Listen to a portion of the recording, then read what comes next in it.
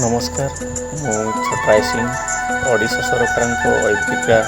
scheme अधीन IRDMS जड़े agriculture facilitator आसतु जाना संक्षेप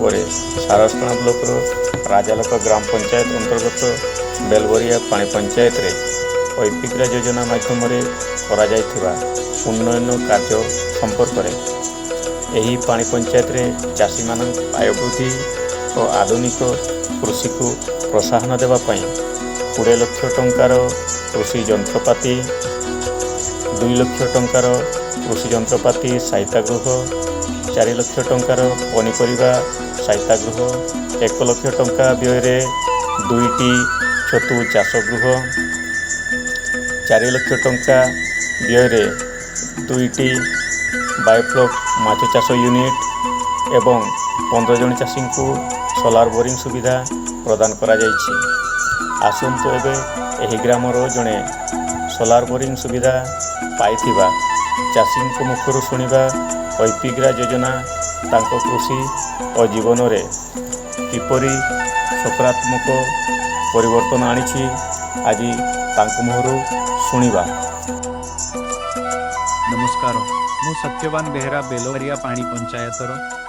बेलवरिया ग्रामर जड़े चाषी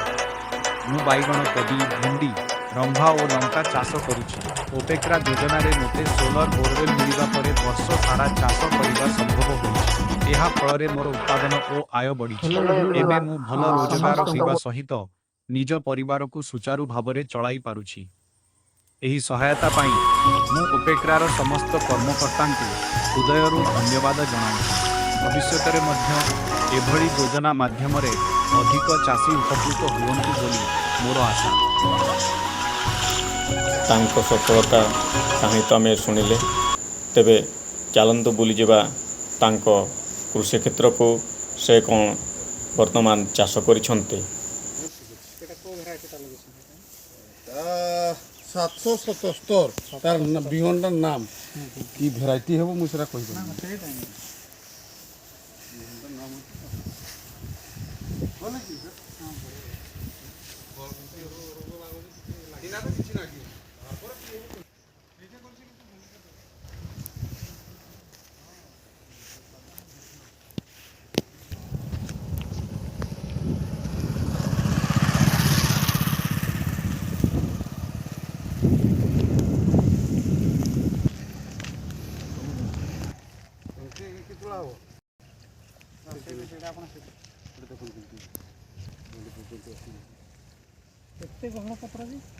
काटा आइची पत्र बहुत पत्र काटा आइची ये को मासरे एटा एटा हेदिला एटा होची सारांश सारांश नाम ता तार भेराइटी भेराइटी मु जाने हां सेटा को तार बिहन नाम ता होची सारांश सेटा हला बाइटा ये क्विंटल तार केते टका আছে ना क्विंटल ता 50-60 किलो का भारी डेली दिन छड़ दिन दिन छड़ दिन हिसाब से को बोले दिन छड़ दिन 50-60 केजी बाहर ताने दिन छड़ दिन माने ताने चिंता करू सप्ताह रे 15 दिन पांचटा मास रे 15 दिन है ना 50 किलो का है ना केते हो 15 75 7 क्विंटल